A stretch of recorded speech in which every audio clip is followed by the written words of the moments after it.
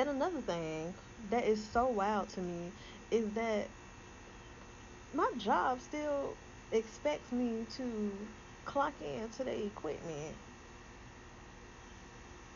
during a time like this because we're remote, even though the Tampa office is closed. They say stressed, who cares? Need to take measures to prepare? So what? If safe to do so during a storm, they still want you to go ahead on and clock in and do some of that work.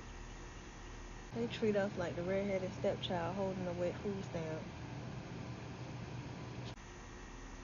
Like, huh? That's the least. But I'm clocked in though.